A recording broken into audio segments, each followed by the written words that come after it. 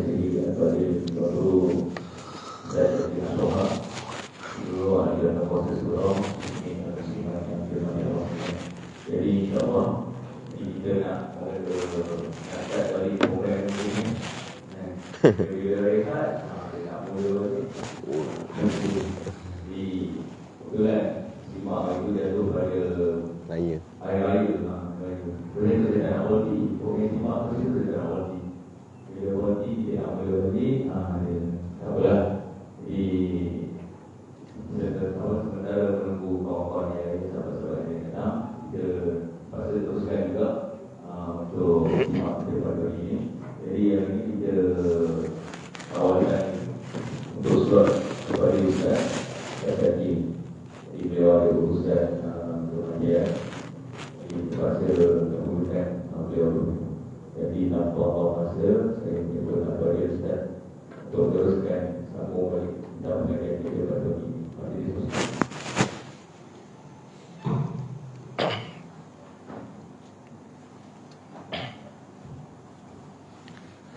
Assalamualaikum warahmatullahi wabarakatuh.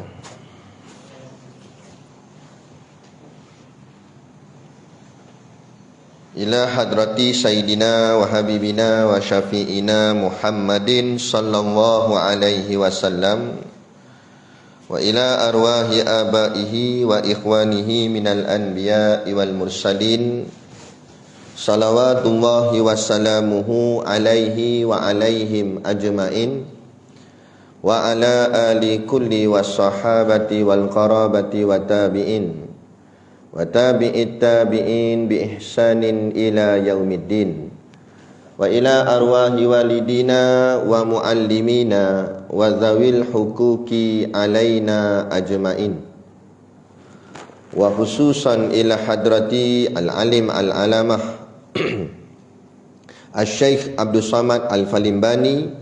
Syai'un lillahi lahumul Fatihah. A'udzu billahi minasyaitonir rajim. Bismillahirrahmanirrahim. Alhamdulillahi rabbil alamin. Arrahmanir rahim. Maliki yaumiddin. Iyyaka na'budu wa iyyaka nasta'in. Ihdinas siratal mustaqim. Siratal ladzina an'amta 'alaihim ghairil maghdubi 'alaihim waladdallin. Amin.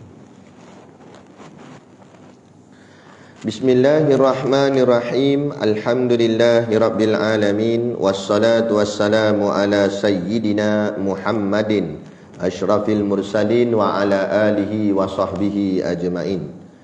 Subhanaka la ilma lana illa ma 'allamtana innaka antal alimul hakim.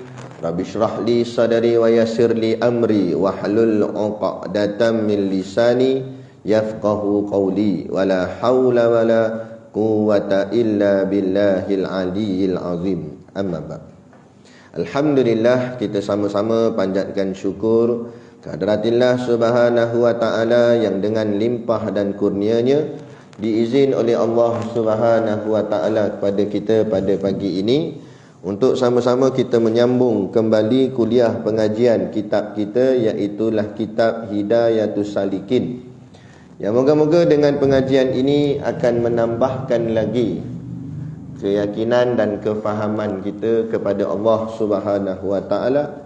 Maka dengan jalan yakin dan iman itulah kita diselamatkan Allah daripada azab api nerakanya dan dimasukkan ke dalam syurganya nanti di hari akhirat kelak, insya-Allah. Amin ya rabbal alamin. Yang saya hormati pengerusi surau dan seluruh saf kepimpinannya yang mengaturkan seluruh ahli jawatan kuasanya yang menjayakan program istimak kita ni tiap-tiap bulan. Moga-moga Allah sihatkan tubuh badan mereka, panjangkan usia mereka dalam kebajikan dan mengistiqamahkan mereka dalam kerja-kerja dakwah dan kebajikan ini. Dan yang amat-amat kita sanjungi para asatizah, alim-alim ulama, tuan-tuan guru, ustaz ataupun ustazah yang hadir pada pagi ini, mohonlah ditegur kepada hamba yang fakir dalam bidang ilmu ini Sekiranya apa yang disampaikan dan dikongsikan ada salah dan silapnya, yang kita kasihi ayah-ayah, ibu-ibu, pemuda-pemudi muslimin dan muslimat yang dirahmati Allah sekalian. Yang terakhir kita berhenti di mana? Dan kata Imam Al-Ghazali rahimahullah ta'ala pada permulaan kitab Bidayatul Hidayah.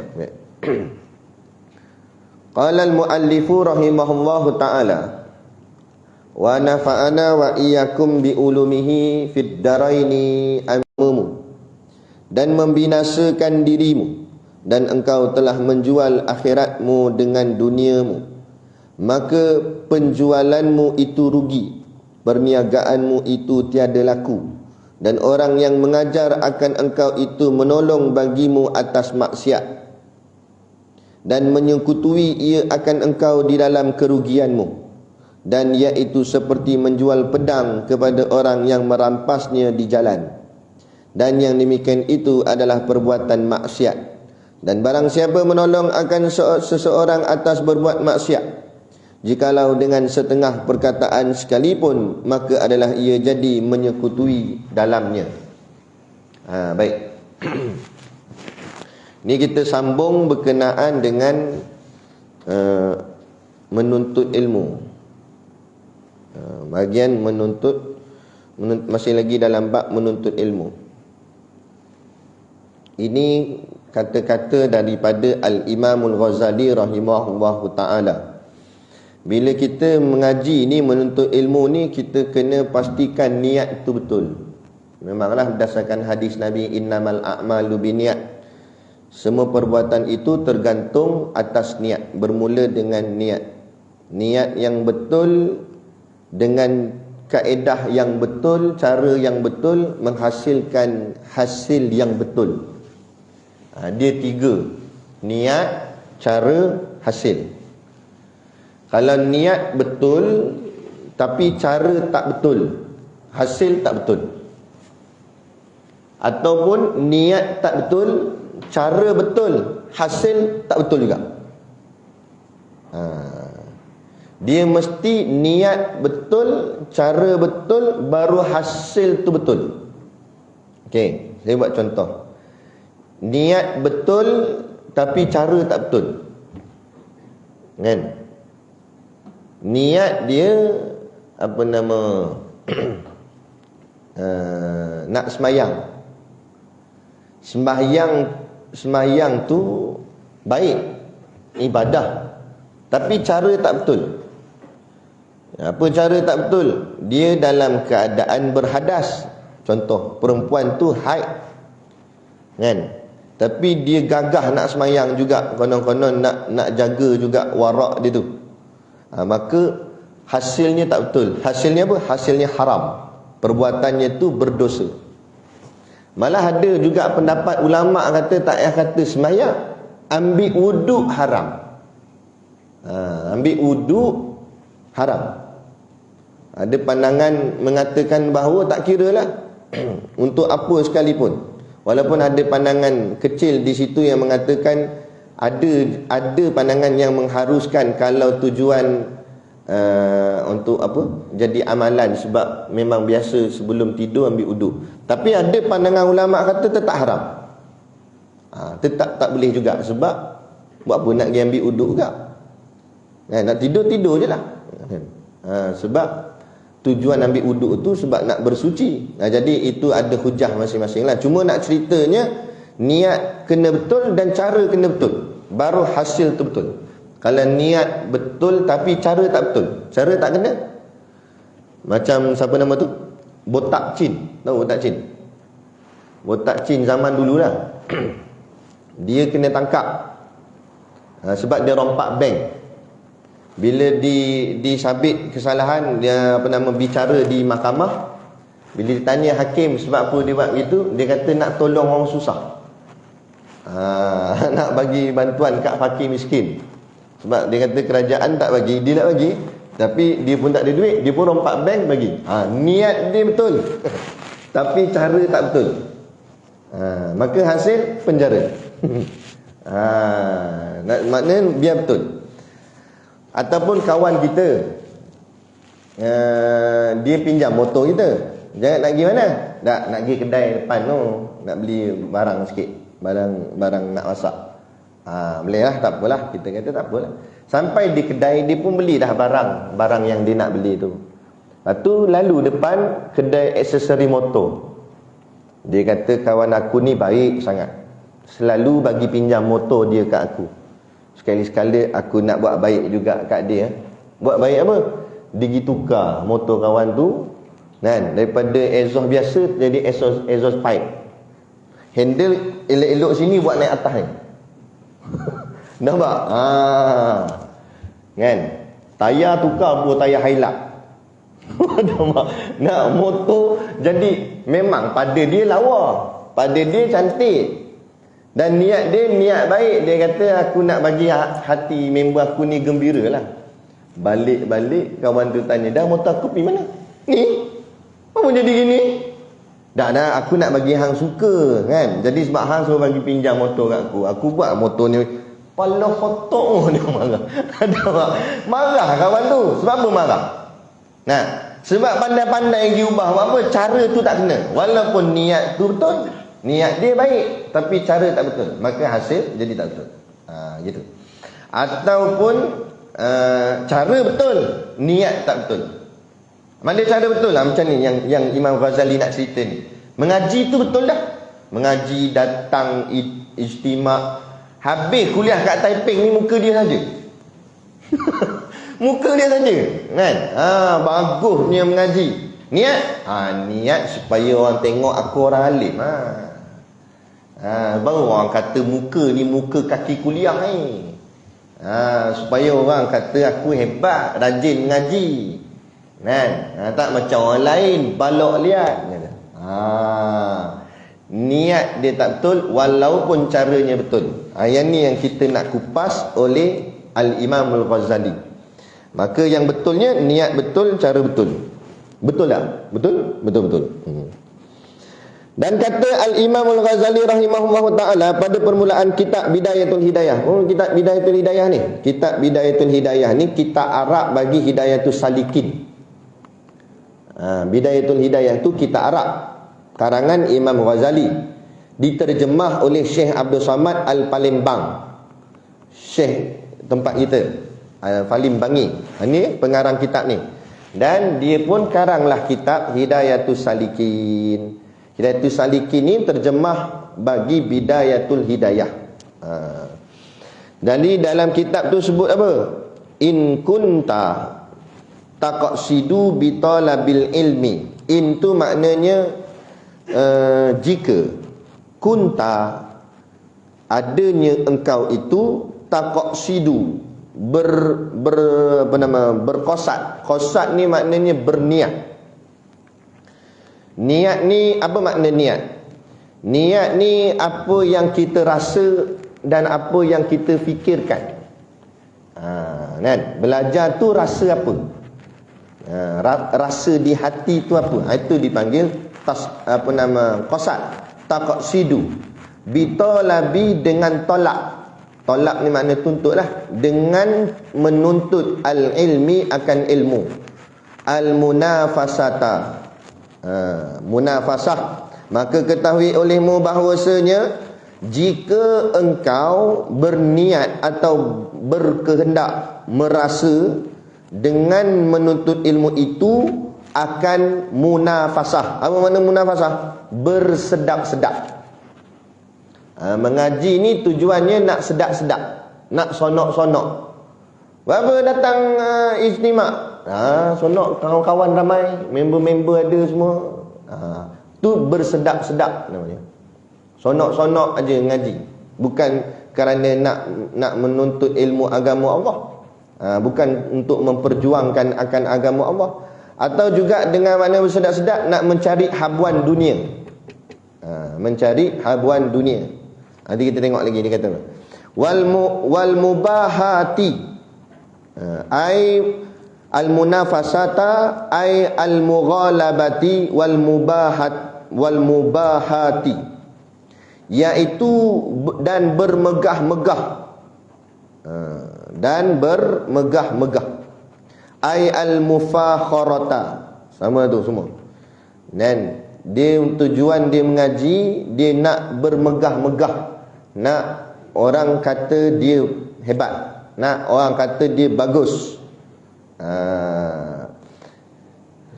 Macam yang apa yang saya boleh buat contoh, orang lain saya tak tahulah, tapi macam contoh setengah orang tu dia masuk mengaji pondok.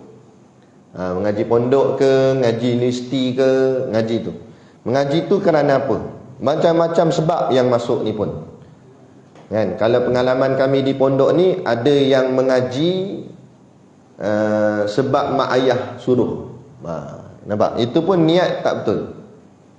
Kan? Sebab mak ayah suruh, mak ayah paksa. Dia tak nak bidang tu tapi dipaksa disuruh. Satu. Lagi mengaji sebab apa? Macam pondok kami pondok percuma.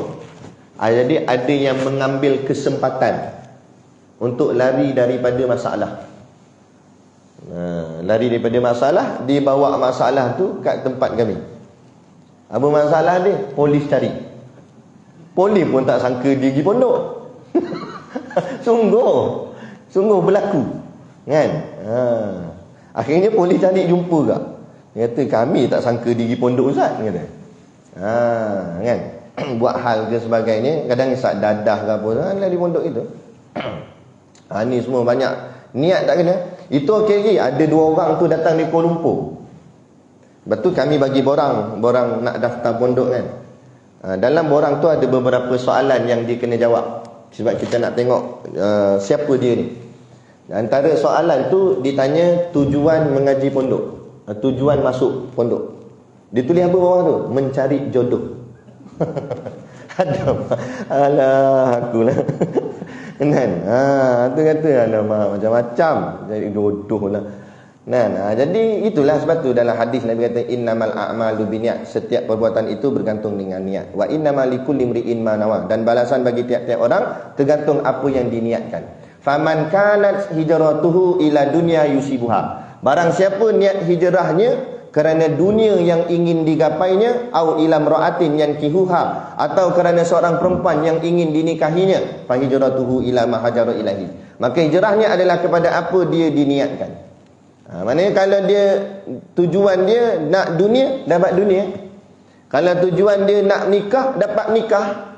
Tapi Allah dan Rasul tu tak dapat, agama tu tak dapat. Jadi kalau mengaji tu kerana nak bermegah-megah, ya dapat megah, tapi Islam tak dapat. Yang ni kita takut ni. Mengaji hebat-hebat, tinggi-tinggi, balik-balik dia tak boleh nak mempertahankan Islam, nak menegakkan Islam tu tak ada. Tapi nampak hebat lah, jilid-jilid kitab ngaji, cakap Arab berbuih mulut lah, kan? Tapi duk saja gitu, Nabi kena hina senyap, Allah kena hina senyap, kan? Arab berleluasa senyap, judi berleluasa senyap. Tak kata apa. Ngaji hebat tengok, kan? Ni kita tak mau macam tu. Sebab satu lagi, niat belajar sebab apa ni? Nak dapatkan jawatan tertentu, nak jadi mufti ke. Jadi mufti tu tidak salah, tapi jangan niatnya itu. Sebab nak jadi cikgu sekolah ke, contoh, kan? Cikgu sekolah tu tak salah, tapi niat kerana kerjaya. Ingat, belajar agama bukan sebab nak cari kerja. Ni banyak orang salah, kan? Belajar agama sebab apa? Sebab kita nak jadi orang yang ikut agama. Tu betul, kan? Lepas tu nak kerja, kerjalah, tak ada masalah. Jadi cikgu ke, jadi apa, tak ada masalah. Kerja-kerjalah, tapi bukan kerana itu. Sebab bila kerana itulah yang dipaham oleh mentaliti masyarakat, maka akhirnya dia berkata apa? Kenapa kamu tak ambil bidang syariah? Kenapa tak belajar ni UIA apa? Saya bukan nak jadi ustaz. Nampak dia? Saya nak jadi doktor. Kalau jadi doktor, doktor tak payah belajar agama. Lepas tu jadi doktor apa? Doktor kapir. Jangan cakap macam tu. Dah, sungguh lah. Betul lah. Itu yang jadi hari ni. Jadi engineer ke, jadi doktor ke, jadi peguam, tapi lost, tak ada kepahaman agama. Akhirnya macam mana kerja dia buat?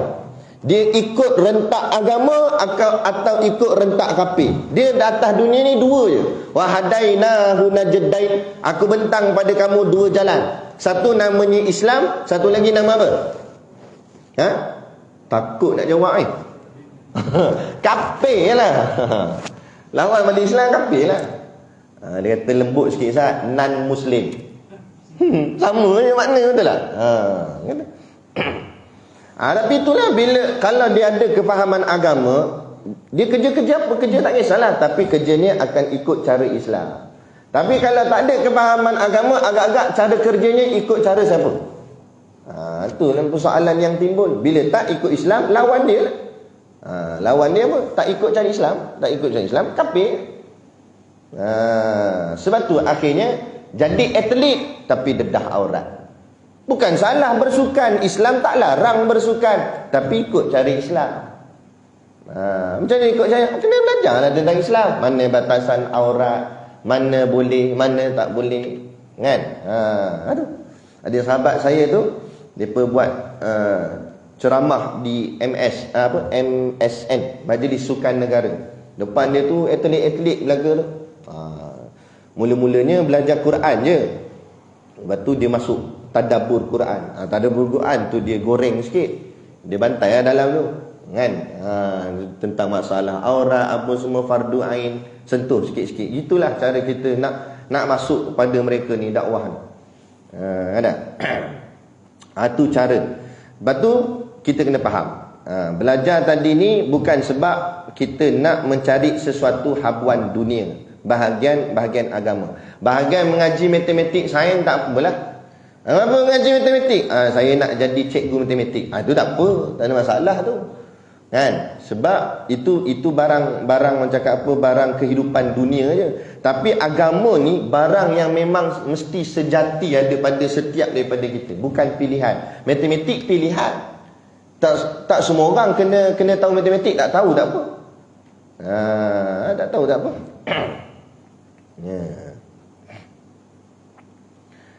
Tapi kalau tak reti bab agama, habis. Lagi-lagi perkara-perkara yang berkait dengan fardu ain. Fardu ain. Itu di camp Lumut TLDM. Depa minta buat kursus, bukan kursus lah, macam kursus. Bukan kursus, perbicaraan tentang haid, nifas dan istihadah. Dia bagi 2 jam je. 2 jam tu pun tak cukup. Baru cerita haid, nifas, istihadah tak cerita lagi. Itu pun bila kita cerita pam, yang datang tu geng-geng muslimat lah ramainya, kan? Geng muslimat. Itu pun dah umur 40, 50, yang menepos pun ada, kan? Bila kita terang, gini mulut. Oh gitu ke Ustaz? Lah baru tahu. Kata selama ni saya buat salah lah Ustaz. La ilaha illallah. Ni keadaan masyarakat kita tuan-tuan. Risau. Salah dia buat. Yang patut semayang, dia tak semayang. Yang patut tak boleh semayang, dia pergi semayang. Tak tahu mana yang katakan nakok, mana fatrah, mana hari boleh, mana hari tak boleh, mana istihadah, mana bukan istihadah. Panjang. Padahal perkara tu perkara fardu ain, asas. Hatta kita lelaki pun kena mengaji. Sebab apa? Sebab kita menjadi suami, kita menjadi ayah. Anak kita mungkin ada anak perempuan, kita kena ajar dia. Tak ajar, habis dengan kita lingkup. Ya ayyuhallazina amanu qu anfusakum wa ahlikum nara. Wahai orang-orang yang beriman, jaga diri kamu dan ahli keluarga kamu. Lepas tu kita nak ubah mentaliti masyarakat biar faham. Belajar agama bukan pasal nak jadi tok guru pondok ke, nak jadi ustaz ke, nak jadi pensyarah UIA ke apa. Bukan. Itu semua bonus. Kalau belajar agama, Allah angkat jadi ulama, jadi ustaz, alhamdulillah. Tapi sekalipun tak jadi ulama, tak jadi ustaz dan sebagainya, tapi kita jadi orang yang mengikut jalan agama yang betul. Itu cerita dia. Itu kena terap semua. Lebih kita sedih lagi, zaman dulu-dulu tok guru saya cerita kat saya, zaman dulu-dulu pelajaran pendidikan agama di sekolah ni dia sama taraf dengan pendidikan lukisan. Sehingga diberi pilihan, nak ambil lukisan atau nak ambil agama. Nah, jadi ramai ambil lukisan sebab kan kalau agama tak luluhkan naya pula, dia kata susah. Lukisan senang, ambil lukisan.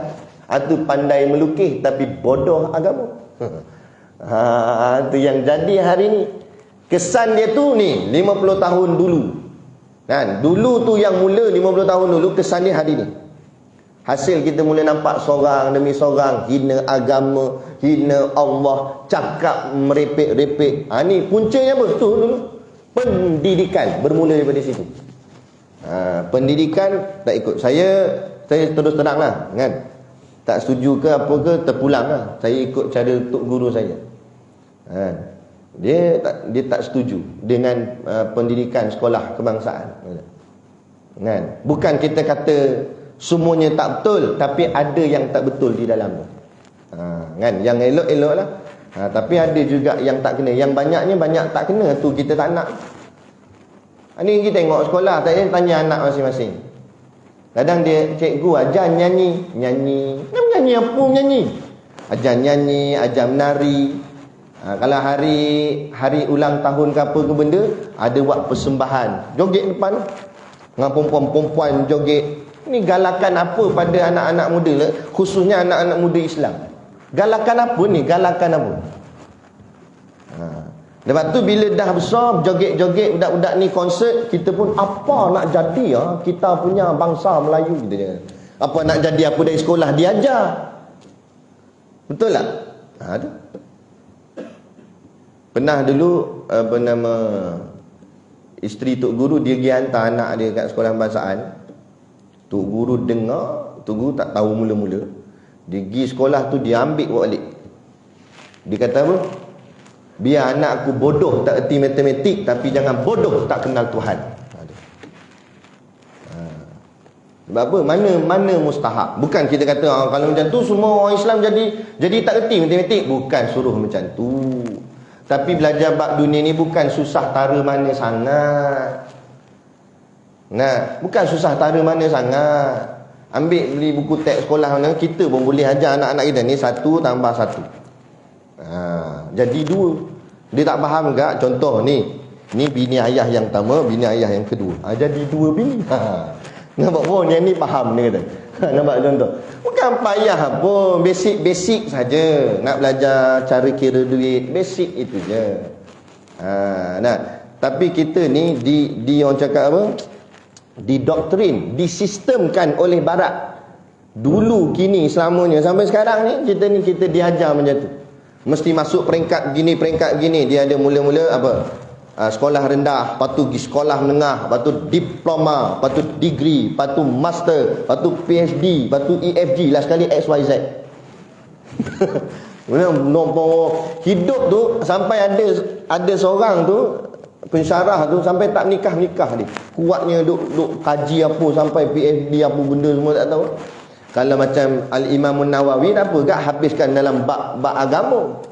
Kan? Ini sibuk kalau gini. Allah, rugi banyak masa. Tengok PhD hebat. Cerita bab this is a technology. Cerita sembang. Kita tanya dah sekurang-kurang darah haid berapa hari? I don't know about haid. I don't know. Mana tumbuk atas muka. Don't know. Kan? Yang tu bab mustahak mu tak tahu. Tanya rukun semayang apa tak kerti. Ni masalah. Jadi kita kena fahamkan masyarakat belajar agama bukan pasal nak jadi tok guru ke ustaz. Kalau jadi itu lebih baik. Alhamdulillah, tu rezeki Allah bagi. Kalau tak sekalipun kita jadilah orang yang mengikut agama. Macam depan saya ni mungkin macam-macam background. Ada yang jadi engineer ke, doktor ke, peguam dan sebagainya. Teruskan apa kerjaya kalian. Tapi kalian tetap mencari ilmu agama supaya hidup ni ikut rentak agama, ikut corak agama. Sebab agama tu sendiri maknanya nizamul hayah. Apa maksud nizamul hayah? Cara hidup. Cara hidup kita ni kena ikut cara Islam. Apa cara hidup? Cara makan, cara jalan, cara berlari, semua cara ada dalam. Lepas tu Islam ajar detail. Kan? Tu. Sebab itulah kehidupan kita. Jadi kalau tujuan belajar agama macam-macam tujuan orang belajar ilmu akademik, maksudnya sebab nak bersedak-sedak, nak pangkat tinggi-tinggi, nak gaji besar-besar dan bermegah-megah dan terdahulu atas orang yang bersama denganmu. Apa maksud dan terdahulu atas orang yang bersama denganmu? Bersaing-saing. Yang ni dipraktikkan di mana? Di sekolah. Tolak dia ada nombor 1, 2, 3. Kan? Yang dapat nombor 1 tak apalah, dia sonok sebab dia nombor 1. Yang nombor 1 daripada bawah, dia cari mana nama aku. Kawan dia kata tak payah cari atas, bawah sekali. Untuk bawah sekali nama dia. Tercorot. Dia rasa macam mana? Agak-agak hari kecemerlangan dia nak datang tak? Nah, tu makan tak lalu monyok. Dia terasa hati tak dia? Kena pula datang kawan yang nombor 1 tadi jenis sombong pula. Ni hang itulah hang tak nak mengaji, bodoh, bantainya kawan tu pula. Kan? Islam ajar macam ni, tak ada. Lepas tu saya cakap, sistem pondok walaupun nampak sekolah ni macam lekeh aja, tapi sistem terbaik. Sebab apa saya kata sistem terbaik? Tok guru duduk depan, semua pelajar duduk. Tak pernah tok guru mengasingkan pelajar. Tak pernah tok guru kata okey yang pandai depan, yang bodoh belakang tak ada. Tak ada. Semua sama. Pandai ke, tak gerti ke, cerdik tak cerdik, semua duduk depan, semua duduk sama. Macam kita kuliah macam ni, sama. Tak ada pula saya kata okey yang jenis gaji 5-6 ribu yang kena income tax depan sikit, B40 belakang-belakang dah lah. Yang B berapa tak ada, duduk luar dah lah. Tak ada. Duduk.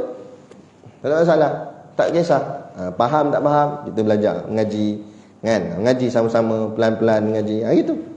Tapi ini diajar terdahulu atas orang yang bersama denganmu. Bersaing-saing. Betul.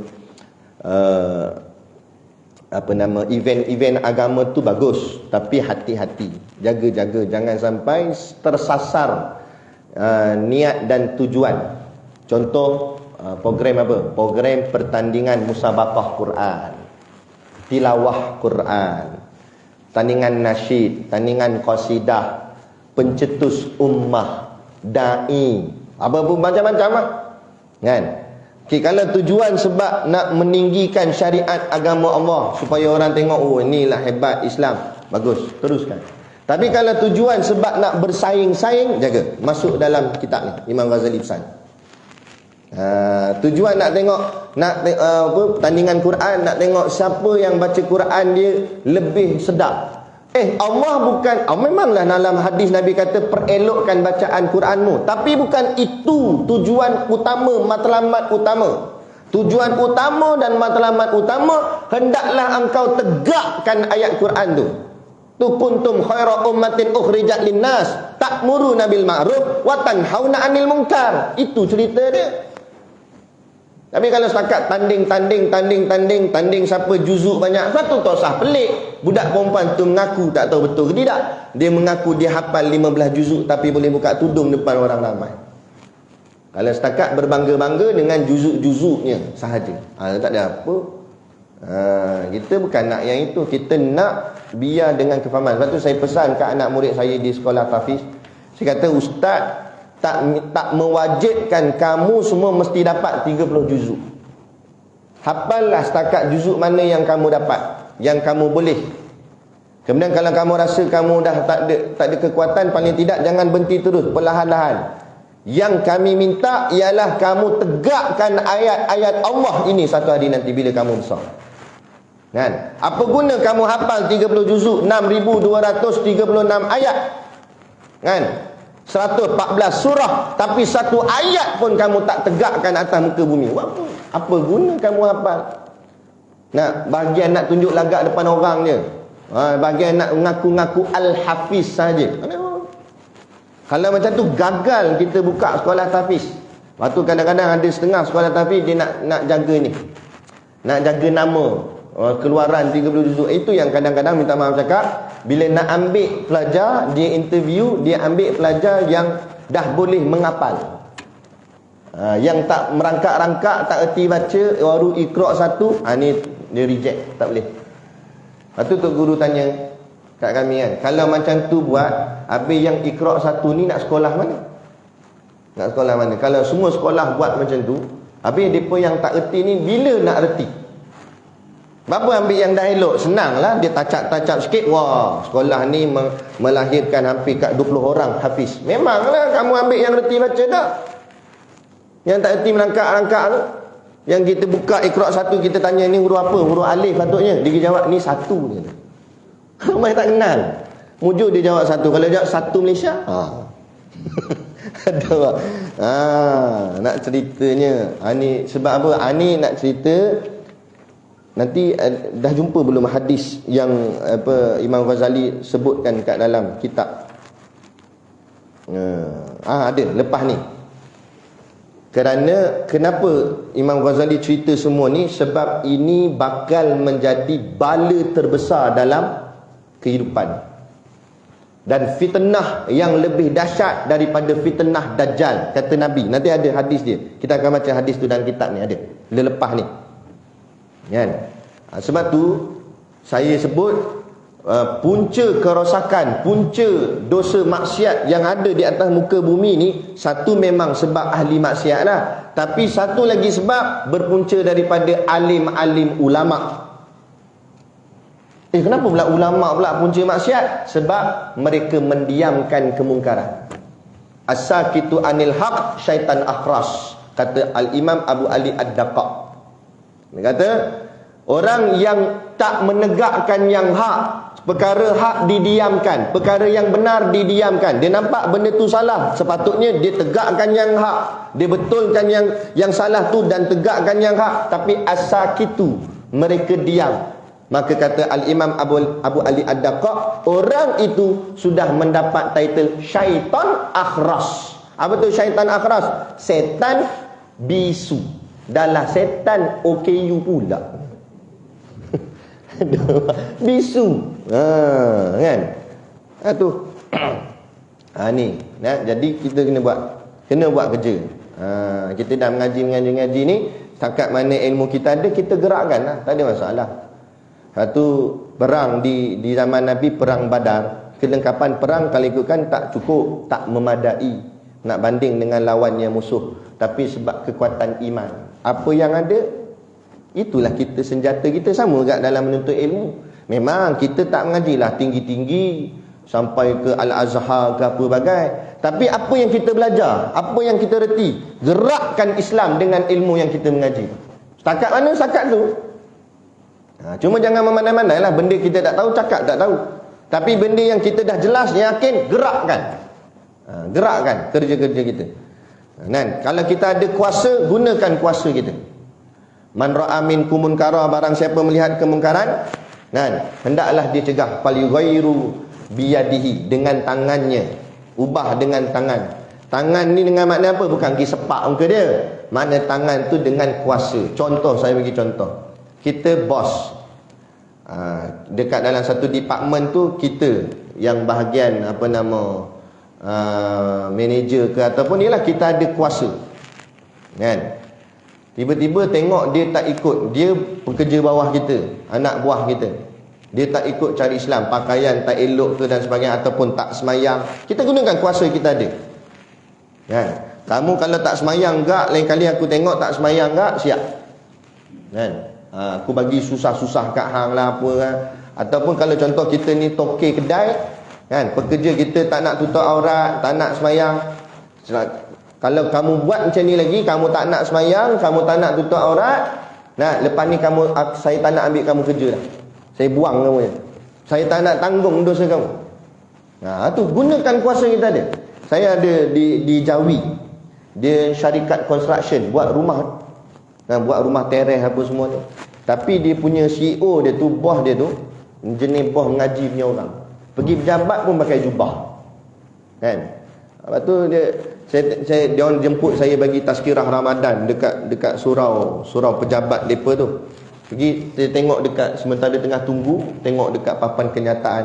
Rupanya dia wajibkan pekerja dia solat sunat duha. Setiap pukul 9 pagi, setiap pekerja mesti tinggalkan sekejap kerja dia, pergi surau semayang duha. Lepas tu sambung balik kerja, kan? Dia sampai nak ceritanya, solat sunat duha pun dia tekan, solat fardu. Solat jemaah, semayang zuhur berjemaah waktu rehat. Sebelum balik kerja semayang asar berjemaah. Tu. Maknanya baru hidup roh agama dalam tu. Pejabat tu bila dah kalau semua ikut agama, memanglah mungkin berlaku ketirisan, berlaku juga perkara-perkara tak elok, tapi sekurang-kurangnya dapat direndahkan, dapat diminimalkan. Kan? Sebab apa? Sebab mereka sudah terdidik dengan agama. Tapi bila tak ada didikan agama tu yang jadi pecah amanah, macam-macam. Sebab dia tak reti dah halal haram, tak reti, dia lantak dia.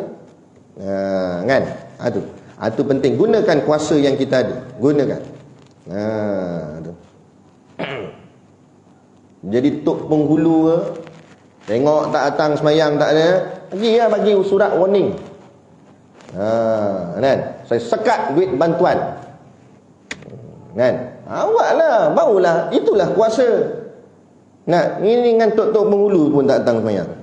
Contoh bukan sini. Bukan sini, tempat lain lah, tempat lain. Contoh. Gunakan kuasa tu. Dan terdahulu atas orang yang bersama denganmu bersaing-saing, dan supaya cenderung muka manusia kepadamu. Tujuan mengaji supaya manusia cenderung, muka manusia cenderung kamu. Maksudnya nak kejar populariti, nak supaya orang tunduk kat kamu. Supaya orang pandang kamu, supaya orang macam-macam lah. Imam Malik, bukan Haji Malik lah, Imam Malik habis-habis ceramah orang salam dia. Dan imam syekh besar, imam kabir, kan? Jadi orang pun salam, cium tangan dia. Balik rumah dia menangis. Anak murid tanya, kenapa imam nangis? Tok guru, kenapa nangis? Apa tak nangisnya? Dia kata, alhamdulillah lah, nasib Allah tutup aib aku. Sebab itulah orang pandang aku ni hebat, baik, orang cium tangan aku. Kalau Allah buka lah aib aku, nescaya orang takkan cium tangan aku, malah ludah tangan aku. La ilaha illallah. Kita fikir Imam Malik takkan buat dosa teruk-teruk kot. Memanglah dia bukan maksum, dia manusia biasa, bukan Nabi. Tapi takkan kita nak terfikir Imam Malik buat dosa berat-berat. Tak ada. Paling-paling tidak mungkin sikit-sikit benda-benda kecil je. Itu pun saya silap Allah maaf begitu je. Tapi dia kata begitu. Mana dia merendah diri. Kan? Kalau kita kat tempat dia macam tu, macam mana? Kita ni kalau orang buka aib kita, bukan sakat ludah dah, muntah terus. Atas muka terus muntah. Kita ni sebab tu kita kena faham. Kita ni orang nampak kita baik, nampak kita bagus, bukan sebab kita baik, tapi sebab Allah tutup aib kita. Tu je sebab dia. Sebab kalau Allah buka aib kita, siapa nak pandang kita? Nampak? Itu kita kena faham dia, baru kita tak jadi syok sendiri. Kita ni sebab Allah tutup aib. Dah kita semua ada aib. Mana ada orang tak ada aib? Siapa tak ada aib? Cuba bangun, nak tengok muka. Masuk dalam live ni. Kan? Semua ada aib. Cuma rahsia masing-masing lah. Hanya dia dengan Allah tahu. Kan? Kita ada buat dosa apa dulu-dulu, tak ingat lu zaman Pok Ye lu. Dah. Mana tahu ada pernah bawa awek naik atas motor. Sekarang ya lebih atas kepala. Kan? Duduk surau masjid dah dulu. Ada. Tapi itulah aib kita. Itulah aib kita. Tapi cukup setakat kita je lah. Dengan Allah tahu. Kan? Jangan kita pergi buka pula. Kan? Tu dia. Dan supaya cenderung muka manusia kepadamu. Jangan tujuan mengaji sebab nak supaya manusia pandang kita. Tak ada. Manusia tak pandang. Tak apa, biar apilah. Dia tak pandang. Kan? Dan menghimpunkan kekayaan dunia. Ini pun satu hal juga. Belajar agama sebab nak menghimpunkan kekayaan dunia. Sekali tu viral. Ada seorang ustaz, tapi saya pun tak tahu nama apa, memang dia tak tulis. Dia rahsiakanlah.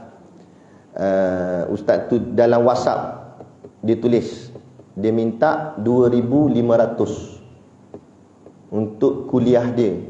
Kan lama, bukan sampai 20 jam 2,500. 1 jam je.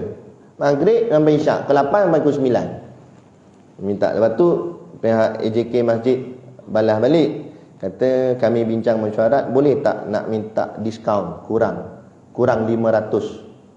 Lepas tu dia jawab apa? Tak boleh. Memang package dia 2,500. Package pula. Ingat apa package percutian dengan benda? Nah. Itu ada, memang ada jenis package-package, jenis motivasi ada.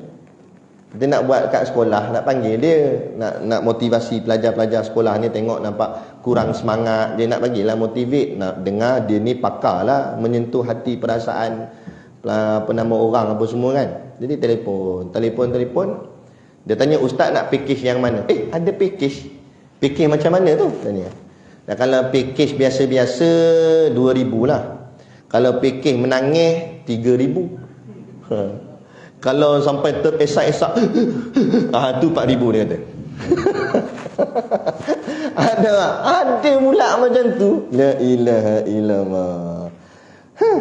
Tak tahulah. Itulah. Ni makna kata menghimpun kekayaan dunia, nak melambat. Ada yang jawab. Kami tanya dia, kenapa ustaz minta duit gini? Alah, ustaz tak apa, ngaji pondok je, Batu Hampar tu je, berapa kos sangat. Kami ngaji Mesir, tiket kapal terbang dah berapa? Oh, dia kira yang tu. Nak bayar balik modal dia mengaji dulu. Dah kalau tak ada duit, siapa suruh ngaji Mesir? Dia jawab balik. Sebab belajar bukan wajib di Mesir. Ada hadis wajib belajar di Mesir. Ada. Belajar kat mana-mana boleh belajar. Yang penting kesungguhan dan keazaman. Tok guru bersepah banyak, tok guru kan. Nak syekh-syekh banyak ada, keliling ada. Bila kat mana boleh mengaji. Yang penting sungguh-sungguh lah. Azam, niat yang betul. Ini kita takut kadang-kadang bagus dah mengaji di Al-Azhar, mengaji di Yaman, mengaji di Jordan, silakan. Tapi tujuan belajar kerana apa? Tu kena. Ni yang Imam Ghazali pesan ni. Ni Imam Ghazali tegur ni. Sebab tu saya cakap, bila niat dia tak betul, balik tak boleh buat apa-apa untuk agama. Sembang je lah. Saya dengan syekh ni. Syekh ni guru saya. Habis gambar syekh semua guru dia. Ni guru saya, ni guru saya. Semua guru dia. Kan? Tapi yalah betul lah tu guru kamu. Dah Islam kena hina, kamu buat benda. Tak ada lah ustaz. Apa? Ada tak? Kan tauliah kena tarik. Ada ngaji kerana apa? Kena tauliah ke kerana Islam? Kerana agama? Tarik pi lah tauliah tak tauliah ke apa? Demi agama Allah. Kan? Gitu. Menghimpun kekayaan dunia. Nescaya dia kata, okey, kalau semua sifat-sifat ni ada, apa jadi?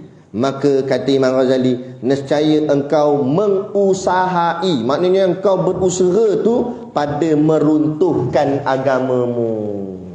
Kalau itulah niat-niat yang ada dalam hati kamu bila kamu mengaji, sebenarnya kamu bukan berusaha menegakkan agama, tapi kamu berusaha meruntuhkan agama. Sebab tu saya cakap tadi ni fitnah besar. Sebab tu saya cakap tadi maksiat berpunca daripada ulama'. Ulama' mana? Ulama' jenis macam ni lah. Jenis buat bukan kerana Allah, tapi kerana jawatan dan pangkat. Maka dengan sebab itulah agama dia jadi runtuh. Runtuhlah agama ni, masyarakat kita tengok. Sebab tu kan contoh dalam, saya pun orang cakap apa, kita fikir-fikir kan, baru-baru ni pun isu tarekat Naqsyabandi. Betul dah itu satu isu, tapi tak perlu nak dibahas dalam-dalam dan tak perlu nak dibesar-besarkan sangat. Sebab itu masalah kecil, masalah khilafiyah dalam kalangan kita je. Ada orang bertarekat, ada orang tak bertarekat. Okey, selagi mana tarekat ni jalan betul, silakan, tak ada masalah. Yang masalah besar tu, ramai lagi tak semayang. Nak buat macam mana? Ramai tak semayang, tak kenal Allah, cakap bukan akidah sesat. Yang tu nak buat macam mana? Joget-joget, aurat tak tutup, bersepah-sepah anak orang Islam misalnya. Itu masalah lebih besar yang kita kena fikir, kena bahas, kena bincang di kalangan asatizah alim ulama. Kan? Ni kupah masalah khilafiyah. Keluar ini, kaedah ini, kalau usul fiqh ini. Betul lah kamu alim, kamu pandai, tapi tu masalah besar tu. Macam mana nak cakap? Ada. Nanti yang rosak anak-anak kita sama tak? Walaupun kita letak di tahfiz, ngaji elok-elok, tapi keluar tu suasananya suasana apa? Kalau keluarnya suasana jahiliah, tak ke dia akan merosakkan benih yang kita telah jaga elok-elok lagi?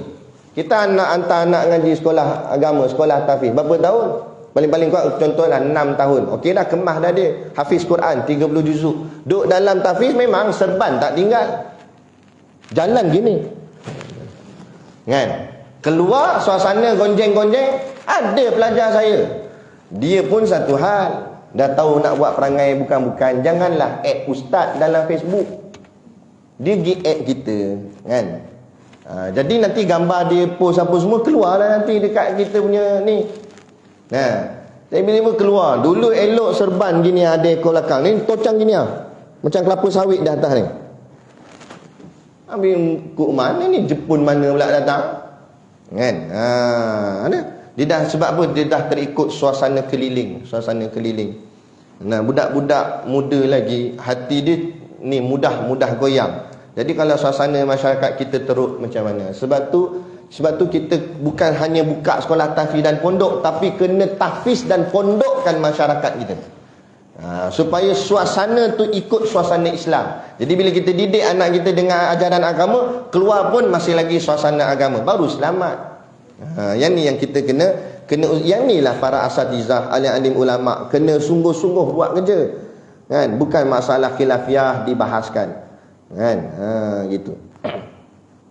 Dan menghimpunkan kekayaan dunia, dan nescaya engkau menguasai pada meruntuhkan agamamu dan membinasakan dirimu, dan diri sendiri pun jadi binasa. Binasa bukan maksudnya hidup dia jadi susah, duit tak ada, apa tak ada. Tak, dia kalau orang macam ni duit lagi banyak. Tapi maksud membinasakan dirimu ni maknanya dia dalam sedar tak sedar dia sedang menjerumuskan dirinya ke dalam nerakanya Allah.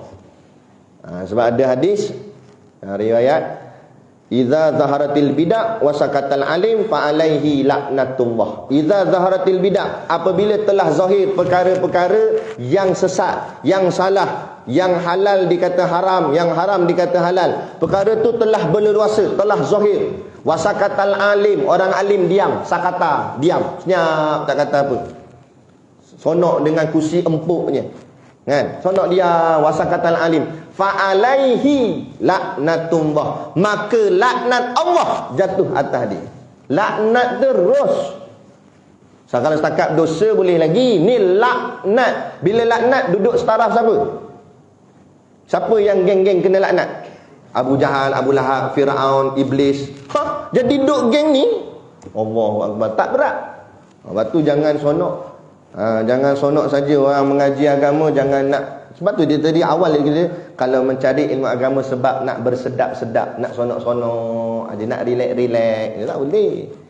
Kerja jihad, perjuangan kita kena buat.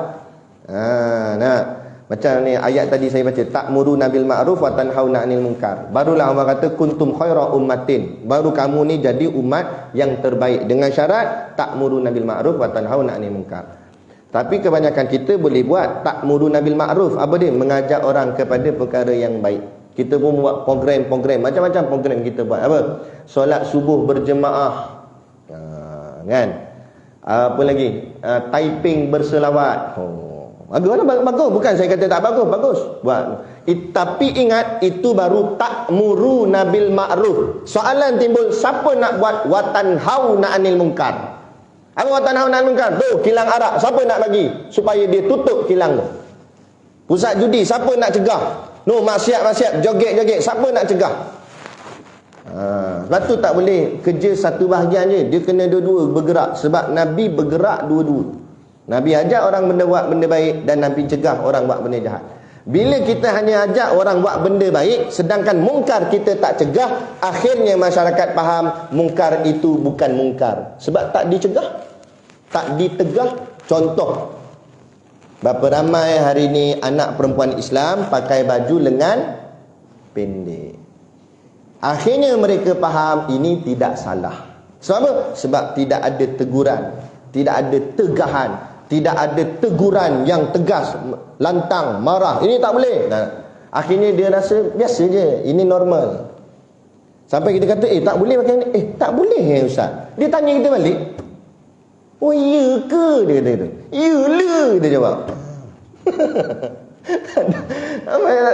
Siapa yang tak tahu? Tak tahu. Betul ni, banyak tu di mahasiswa-mahasiswi di universiti. Tengok, pergi kelas, pergi kedai makan kafe bawah nak makan tu lengan pendek je. Bukan anak orang lain, anak Tok Imam, anak Tok Bilal, anak Tok Siap. Ayah kat masjid, semua.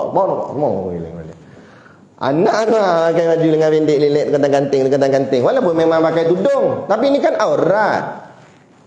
Ada macam mana? Akhirnya dosa jadi biasa. Itulah bala terbesar umat kita akhir zaman. Apabila dosa dianggap biasa. Itu yang mereka sebut tu apa? Mana-mana rancak apa? Berdosa. Kan? Maknanya mana-mana pun, mana-mana ni huha-huha semua. Semua habis dosa saja. Ni dosa, tu dosa. Ada. Allahu Akbar, macam mana kita nak buat semua ni? Kena kerja keras lah. Sebab tu tak boleh relax banyak lagi. Tak usah layan lah Wahabi ke apa tu, biar dia bertepuk sebelah tangannya. Kita duk layan ni, kerja kita tak dapat nak buat. Kena banyak lagi kerja kita nak kena buat ni. Nak tegakkan agama, nak betulkan masyarakat, kefahaman masyarakat. Tu belum cerita bab akidah, percaya kat bomoh, percaya kat bukan-bukan, kan? Macam-macam. Yang ni kita nak betulkan. Banyak hal. Ada lagi semayang RNR. Semayang RNR. Kadang dinding surau RNR tu dia tak ikut kiblat. Dindingnya tu tak ikut kiblat. Sebab dia buat bangunan, yang tukang buat bangunan pun kadang bukan orang Islam kan tak? Lepas tu dia letaklah arrow tanda kiblat, sengit lah. Dia tampal dengan seletik. Kawan ni sampai-sampai dia kata, siapa dia kalih ni, salah ni. Dia buka seletik dia buat tegak. Ngadat ikut dinding. Sebab dia faham kiblat mesti ikut dinding je. Mana pula sengit-sengit macam ni pula. Tu kata kan, baik tak erti. Macam-macam hal. Tu dia. Dan engkau telah menjual akhiratmu dengan duniamu. Ni. Dan pada meruntuhkan agamamu dan membinasakan dirimu, dan engkau telah menjual akhiratmu dengan duniamu. Sebab kerana dunia dia sanggup akhiratnya tergadai. Sebab kerana pangkat jawatan sanggup bahagian agama, bahagian akhirat dia mendiamkan. Tadilah Ustaz, kang ni kena kang tauliah kena tarik, kang kena hantar Sabah, kang kena macam-macam kang. Sebab itu kami di pondok Tok Guru ajar mengaji tanpa sijil. Tak ada sijil. Sebab apa? Supaya dia ajar mengaji bukan sebab nak sijil. Dan jangan kamu bergantung dengan sijil. Sebab takut-takut nanti orang gertak kamu, aku ambil sijil kamu. Nah, orang nak getak saya. Kang, saya rampas sijil Ustaz. Rampas pi, aku tak ada sijil. Nak ikut mana? Ambil lah, nak ambil apa? Tak ada. Ambil kitab, beli kitab lain. Ada kan? Lepas tu ilmu yang ada dalam ni dah tak boleh ambil, tak boleh rampas. Jalan. Bunuh, mati syahid. Dipenjarakan, uzlah. Tapi kalau boleh janganlah. Kan? Contoh. Itu. Tok Guru apa? Dia kuat, dia berani. Itu berani gaklah pinjam-pinjamnya. Baru-baru lagi. Baik. Itu macam masa saya kena report kan, hari tu kan, yang 3,000 report tu. Guru sengih tengok saya. Tu kata, entah baru kena report, anak kat dalam dah. Dengar tu betul juga. Aku kena report pun makan tak lalu dah. Baik. Maka penjualanmu itu rugi. Kalau itulah tujuan kamu, rugilah kamu, dia kata. Kalau kamu sanggup jualkan akhiratmu demi nak dapat duniamu, sanggup membelakangkan agama sebab nak dapatkan dunia, pangkat, jawatan sebagainya, jualan itu rugi. Sebab Allah nak bagi ganjaran besar nanti di hari akhirat. Tiba-tiba kamu lebih pilih nikmat-nikmat dunia yang tak seberapa pun, kan? Ada rumah besar bukan boleh gimana sangat, tapi rumah ligai syurga Allah nak bagi tu. Perniagaanmu itu tiada laku. Yang itu kamu buat tu, jawatan pangkat yang kamu kejarkan, akhirat nanti tak laku. Tak laku sikit pun. Dan orang yang mengajar akan engkau itu menolong bagimu atas maksiat. Sebab tu kata guru kami, bila nak belajar, niat kena betul dulu kerana Allah. insya-Allah Allah pertemukan dengan guru yang betul, guru yang niat pun kerana Allah. Tapi kalau kita belajar niat kerana nak dapat jawatan pangkat, Allah akan pertemukan dengan guru yang pun bercita-cita jawatan pangkat juga. Akhirnya dia ikut style guru dia jugalah. Nampak? Lepas tu dia kata, dan orang yang mengajar akan engkau, orang yang ajak engkau itu sebenarnya bukan tolong kamu, tapi dia menolong bagimu atas maksiat. Ini adalah satu maksiat sebenarnya. Kita ni kadang-kadang salah faham. Kita faham maksiat tu zina, laki perempuan. Maksiat tu sebenarnya maasi, orang yang melakukan dosa. Tak kira lah apa pun, tak semayang maksiat. Nampak? Dan tak mengaji fardu ain pun maksiat. Istimak ni kira lengkap lah kan? Lengkap, malah lebih daripada lengkap lagi. Sebab ada 4 slot kan. Dia yang fardu ain 3 je. Tauhid, fiqh, tasawuf. Tauhid Ustaz Adeline bawa dah, kemah dah tu tauhid. Fiqh Ustaz Zaki. Tasawuf kita baca kitab ni. Lepas tu tambah satu lagi je hadis. Tak apalah, belajar hadis bagus lah. Tapi yang sebenarnya wajib fardu ain 3 je. Tauhid, fiqh, tasawuf. Kita ikut elok-elok kan, faham elok 3 ilmu ni, kita sudah menyelesaikan fardu ain ke atas kita. Nah, bila fardu ain selamatlah kita, sebab makna fardu tu wajib. Makna wajib apa? Ma yuthabu ala fa'iluhu wa yu'aqabu ala tariku. Buat dapat pahala, tak buat dapat dosa. Selesai dah. Tapi siapa yang tak mengaji fardu ain 3 ni ilmu ni, tauhid, fiqh, tasawuf ni, dia tak mengaji, maka berdosa atas dia tu. Dan dia dikira sebagai ahli maksiat. Ahli maksiat mana? Dia tak, bukan minum arak pun Ustaz, bukan cerita minum arak, tapi sebab dia tak melaksanakan apa yang diwajibkan Allah atas dia. Talabul ilmi faridatun ala kulli muslim. Tuntutlah ilmu wajib atas tiap-tiap orang Islam. Nampak? Dan menyekutui ia akan engkau di dalam kerugianmu. Dan takut-takut kita ni bila tak mengaji, akhirnya tanpa kita sedar, kita telah menyekutukan akan Allah Ta'ala. Jadi kafir, sesat, jadi akidah songsang. Jaga. Dan iaitu seperti menjual pedang kepada orang yang merampasnya di jalan. Dan akhirnya kalau dengan sebab tak mengaji ni, kita tak tahu mana betul mana salah, akhirnya tanpa kita sedar, kita telah membantu orang yang salah.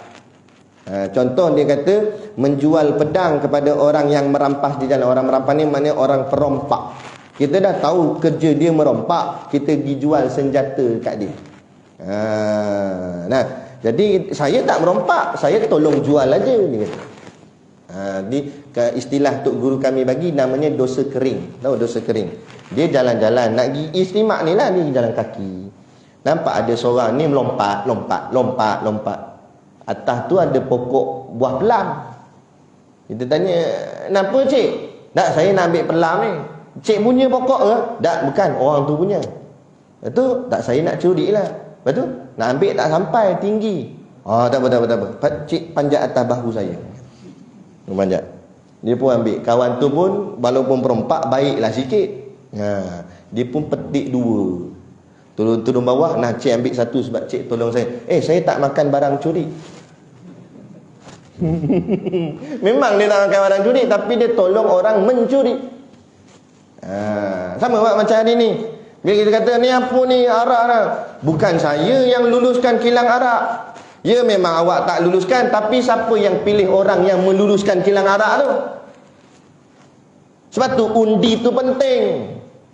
Nah, pangkah tu penting. Sebab bila salah memilih, kita telah memilih orang yang membantu merosakkan agama ni, maksiat. Maka dengan kita akan dipertanggungjawabkan. Jangan ingat tak ada. Lepas tu dia ada pahala dosa di situ. Lepas tu kita kena faham benda ni. Bila tak faham, dia hatta sama juga yang berkecuali. Saya lagi sama Ustaz. Sebab apa? Semua saya tak undi. Sama juga. Dengan mendiamkan pula, kamu menyebabkan satu pihak yang tak nak menegakkan Islam jadi naik. Kamu dikira membantu juga.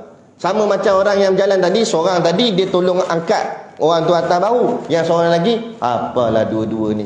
Nah, dia kata mencuri. Macam aku baik bawa kitab nak pergi istimak, tapi dia tak pergi tegur, dia tak pergi halang. Sama tak dosanya? Bersubahat lah tu. Sebab tu kita kata tadi watan hauna 'anil munkar. Ta'muruna bil ma'ruf dia buat dah, dia nak pergi ngaji. Tapi watan hauna 'anil munkar terang depan mata dia nampak orang mencuri. Kenapa tak tegah mencuri tu? Nampak? Dia terang yang naik tu benda tak elok. Kenapa dia tak membantu untuk sekat daripada orang yang tak elok naik dan memilih orang yang nakkan agama untuk naik? Tu. Nampak tak? Kena enggak tu walaupun baca kitab Ilatul Salikin. Kan? Nampak tak?